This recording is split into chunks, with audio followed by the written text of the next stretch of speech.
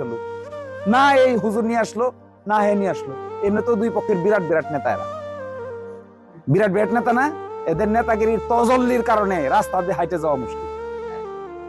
তো সেই নেতারা এসে কই, একটা লোকে তো বললো না যে আমার গ্রামের একমাত্র সন্তান ইন্টারমিডিয়েট পাস করছে, তার একটা চাকরি দেন, আমি তার নেতা। তো প্রকৃত নেতাকে, গোতাগতির লোক কি প্রকৃত নেতা? প্রকৃত নেতা হলো যে তার কৌমের লোকের জীবন মান পরিবর্তনের চেষ্টা করে, সে না আসল নেতা। আসল নেতাকে, আসল নেতা তো সে যে মুশাররফ আইসা যদি আসল মুশাররফ যদি দাবি করে যে আমি নেতা, তাহলে দেখতে হবে মুশাররফ তার অধীনস্থ মানুষদের জীবন পরিবর্তন করার জন্য কি প্রচেষ্টা চালাচ্ছে, তাকে আমি বলবো যে মুশাররফ নেতা হচ্ছে।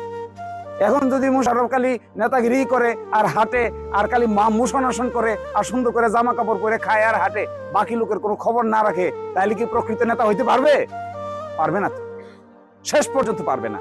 ফলে আমি খুশি হইতাম যদি হুজুর, আর খুশি হইতাম যদি আমার মামুর বাড়ির লোক আছে এখানে, মামুর বাড়ির গোষ্ঠীর লোক আছে ওখানে, যদি এরা এসে কইতো যে আমার মানে এই মানিকদা গ্রামে 5টা ছেলে আছে, আর কিছু পারেন না পারেন একটার ব্যবস্থা করে দেন, একটা পুলিশ কনস্টেবলের ব্যবস্থা করে দেন, একটা এসআইয়ের ব্যবস্থা করে দেন, তাহলে একেবারে যতটুক ক্ষমতা আমার আছে, যতটুক প্রভাব কাটানোর সুযোগ আমার দ্বারা আছে বৈধভাবে, এইটা আমি চেষ্টা করে দেখতাম যে এইখানে 2টা লোক চাকরির দরকার। কারণ অন্ধকার, অন্ধকার আর অন্ধকার, একেবারে